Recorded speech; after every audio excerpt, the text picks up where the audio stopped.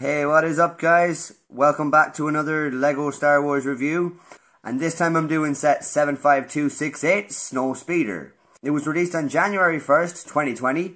Has a piece count of 91 and is for ages 4+, or if you want to still call it part of the juniors range, you still can do that as well.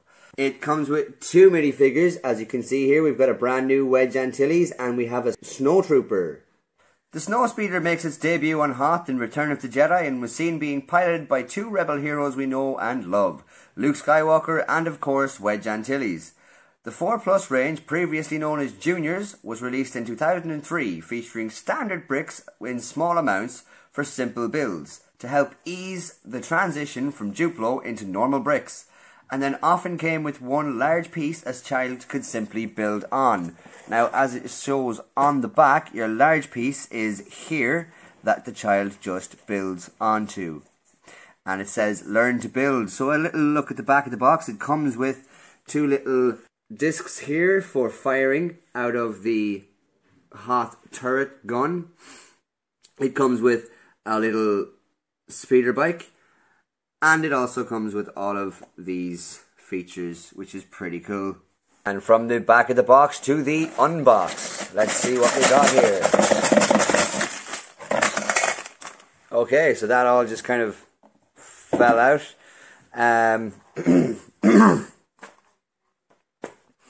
We have two instruction manuals, one for the Snowspeeder and one for the speeder bike and turret, which is nice. We have our giant piece here that the child will build onto, which is aimed at 4+. We have two bags, and I'm guessing the bags come with the respective instructions. So 2 will be for 2, and bag 1 will be for instructions 1. I will let you know when I open bag 1 and keep you posted on how this all goes. Bag number 1. First interesting piece we've got is the translucent 1x4 brick. Not sure is that too interesting for anybody other than myself, but like I love these see-through bits. I just love them. I'm always a sucker for them. And another thing we have is the printed tile here, and that's about it for the big part. And then we have the small parts here, and again, nothing too major going on here. Maybe with the printed piece there. But that's about it. We'll give you an update when it's finished. I'm going to let Ava build this one and give you a review of the 4-year-old's perspective of it as well. So, we're finished bag 1. I tried to avoid helping Ava as much as I could, and it worked out very well. Now, I will say there's a few little things I have to mention about how a 4-year-old does deal with this. You see the printed tile there and the brick behind it were the first two pieces. I just had to remind her to push them in fully because there were gaps in around there. But she was able to push them in fully. Moving on, I had to... She kind of struggled to get, you see, the orange bit in there because the trench in there was kind of, you know, even adults kind of struggle with that sometimes, getting it into the trench, but she did manage in the end. She just kind of put her mind to it and she got there. These big pieces, the big square 4x4 pieces, they were kind of difficult for her to put in, but again, with a little bit of pushing, she got there in the end. These vents on the back, she put one up there where the translucent piece is, but I had to remind her then to put the speeder in the same way it is on the instructions, and then she won't get confused. So there's a little bit, you need to stand over and give them a little bit of pointers and stuff. These here, these Technic kind of pieces here at the back, she did have trouble with. But again, told her to keep pushing on, and she eventually did get it. I told her she had to hold the wheel properly, and she was able to get it in there. I had to hold down the speeder for her to put on these orange cheese slope looking tiles, but the big cheese slope. There was a few times that parts like this were backwards and these two were kind of backwards, and I had to remind her to put them the right way.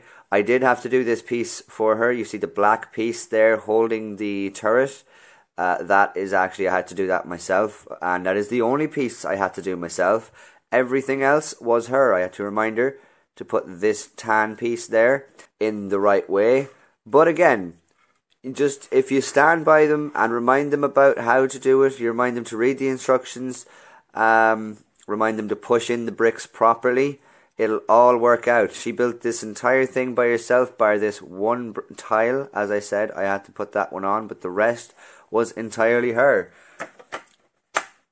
I did need to stand by her, so it's not just give them a 4+ set and watch them evolve, but, you know, a little bit of helping and it goes a long way. So, on to bag 2. Bag number 2, and I will say that it doesn't come with a small parts bag, just comes with a big parts bag. Interesting pieces would be probably this one here, translucent, love it, but again, it's not just about me, it's about you two. This part is still quite a nice piece. It represents ice, or I don't know, water. If you really wanted to go that far into it, you could probably be creative with it. Otherwise, there's not that much interest in here. You've got the printed tile. You've got your tile shooter there. And, I mean, the satellite dish parts are always cool. I will say, like, I don't like these parts. I don't like these tile parts because they look fake. I will say, like, they just look strange. But anyway, we'll get on to the build. Again, Ava will be building this one because she is 4, and we'll see exactly how a 4+ builds it.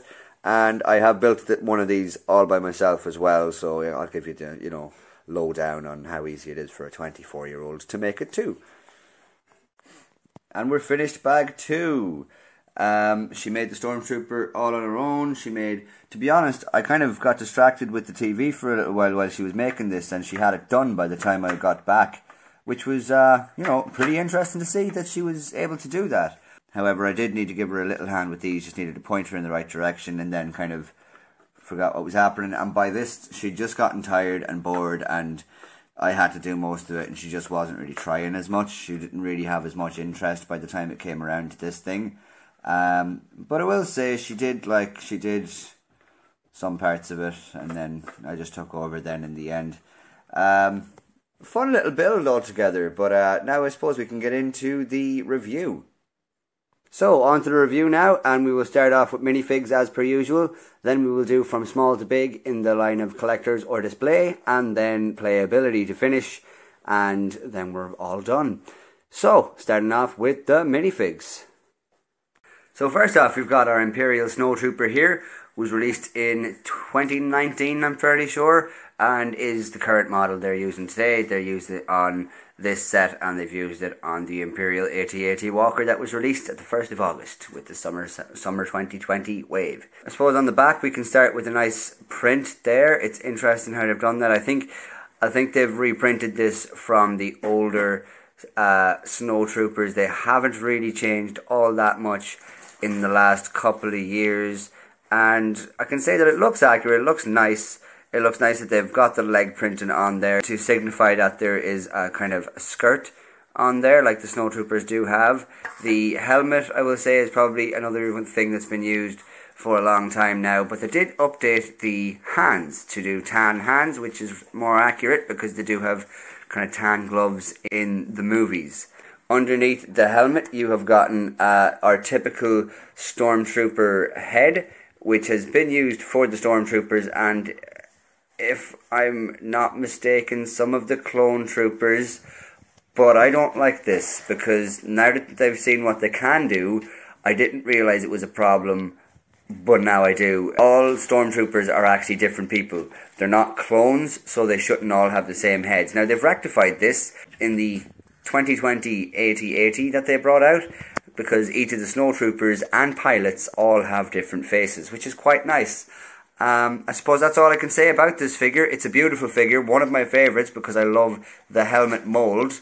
I'll give you a little 360 of it here. Comes with a little blaster like most of the Star Wars figures, and is a very nice figure. Now on to our Wedge minifigure. Wedge Antilles. This is the first time we've seen this particular print on Wedge Antilles.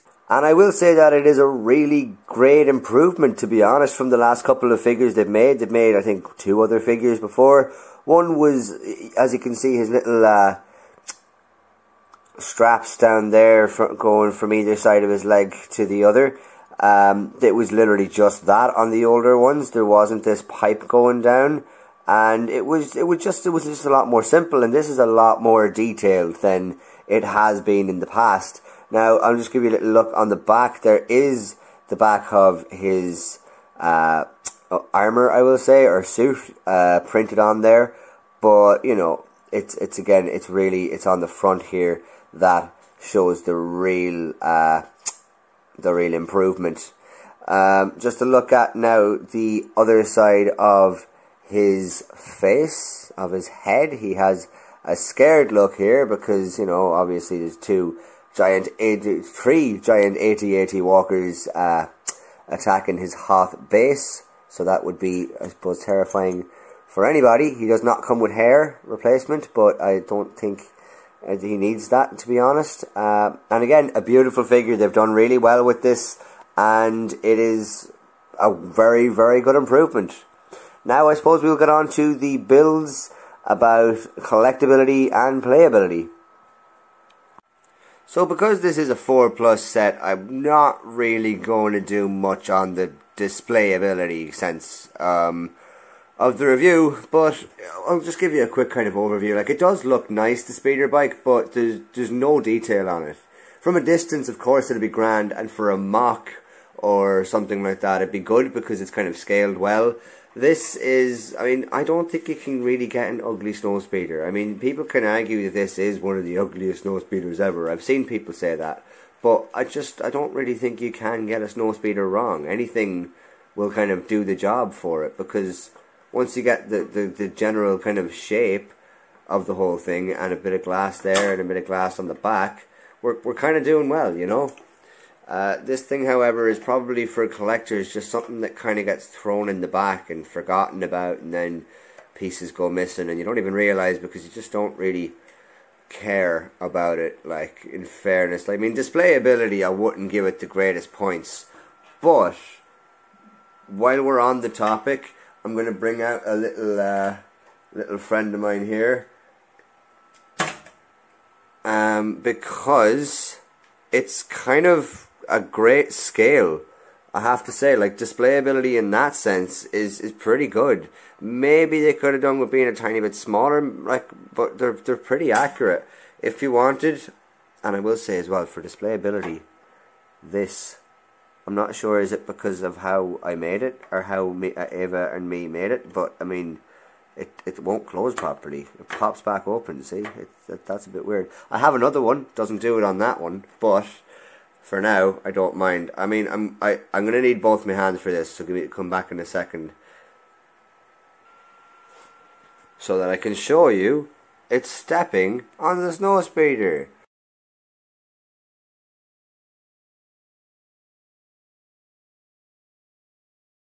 Which I think is really cool, you know. I mean, as again, the scale is pretty good on it. And just another thing while we're here, it's the same print on Luke as it is on Biggs. I didn't notice that until now, but they really did pave the way for the AT-AT with this snowspeeder. Okay, so back to the basically rating of it. I would give it maybe a 5, because it's not on its own, it's not a great one, but once you do try and make a scene out of it, it does do justice, you know. So the snowspeeder bike for playability it's pretty good. I mean, in fairness, it does what you need it to do. For a 4+, it's nice and easy to get this guy into the seats. There's a two stud tile there, so it's not that bad, and if you wanted, you could have also someone sitting up on the back there, which is, you know, when I was a kid, I used to play like that the whole time. If you want, you can have them standing as well. If you wanted to just kind of have them standing up there, I had 2 or 3 snow troopers on this the other day, just because it was kind of lying around. It seems kind of, you know, sturdy enough, but at the end of the day, it's a simple build, easy enough to make and easy enough to play with. There's not much to say about it. I suppose now we can get on to the slightly bigger build of the turret. So the turret is, again, another kind of kiddish build. It's good for what it needs to do. For playability, it is good. I reviewed the whole thing in one go for the displayability because of this reason. It is just, it's mainly for kids. There's not much collector's value gone into it at all. I will say, it's nice that you have this here. They say it's for a gun, for whenever you're storing your gun. For example, whenever the snowtrooper is on the speeder bike, but I just put this extra tile here, which is, you know, what you can do whatever you want. Really, it's Lego. Like, in fairness, that is what it's for. I'll just give you a little look at how far this actually goes. It goes a pretty decent amount. To be honest, I think it goes a lot farther than the stud shooter, because it seemed to have a lot more force when it hit the couch this time than the stud shooters did, and it's a lot bigger than studs, so it's a lot easier to find. Although if you have, say, like wooden floors or something, it might slip more or roll behind the couch, you know, which could be a problem. But again, it's perfect. Like, if you wanted to really delve into it, you could say that somebody was frozen in the ice. I mean, there is a good bit of playability in here. You could say that, like, oh no, he's frozen in the ice, we need to get him out. It would probably, his other face on the back of his head would probably be a better expression to have on there. But yeah, no, it's good. And it shows, it kind of represents the cannon fairly well. So if your man here wanted to man the cannon there with the controls over and you know, it works really well, you know. Again, not much to say on it. It's a 4+, so we will skip right ahead onto the Snowspeeder. Now, I will mention, like I did earlier again, that the cockpit doesn't actually close fully. Like, if I can try and like wriggle around the pieces here a bit. No, it just doesn't seem to be a piece that actually, like, it turns more. You see these hinges here, it doesn't seem to have that extra click on it to keep it shut, so it keeps bouncing open. And I did say that my other Snowspeeder, which I will bring out now, actually does close the whole way. See there, it actually, like, it stays closed, and there's never been a problem on that one. This is the first one I got. I only got the second one so I could fill out the AT-AT Walker. I'm sure I'm not the only person who did. But again, getting on to the playability side of things, that is a problem. And it would be for me, to be honest, unless you wanted to just keep this as a broken one to the side and use a different one then. But I know not many kids would have that option. So this gun in the back does represent the rope gun that they have that ties around the legs of the AT-AT. These are cute little engines. They actually do work, and you know, it's easy to hold. You can hold it from kind of anywhere you want, really. Because of its very small piece count, there's not going to be a lot falling off it, and this being one piece means it's quite a sturdy build. Again, not much to say on it because it's a very small set, but it does what it needs to, and it has good playability on it, I think. So, all in all, the Snowspeeder is it's an alright set. It'll do, you know. If you don't have any kind of Snowspeeder, it's worth it. If you don't have any kind of Snowtrooper, it's worth it, you know. And if you're a kid who just kind of wants something extra to play with in your Lego collection, it's worth it, you know. But as a collector's, I would kind of leave it unless you're trying to make, as I said earlier, a scene out of the whole thing. But at €19.66, $19.99, or £17.99, it again is kind of worth it. You know, it's not that expensive, and I wouldn't really pay much more than that for it. Maybe even 15, but I mean, considering the piece count in it, it's probably, you know, decent enough. I would give it, I think I said earlier, a 5 for displayability, just based on the fact that it would do well in a scene, but it's just not up there for any other reason, you know. And for playability, I'd probably give it, like, you know, a 7. Like, it's a play set, really. Like, it's what it's for, and it does have functions that would be kind of useful in the play scene for a kid. 4+ building it was actually a good learning experience. She was able to kind of get used to things very well, and for a 24-year-old building it, I kind of built it in seconds. You know, it's not really a a challenge at all. But I will say it's nice though. It's kind of, especially the Snowspeeder, it's actually just a nice kind of build. It all is very sturdy and goes together very well.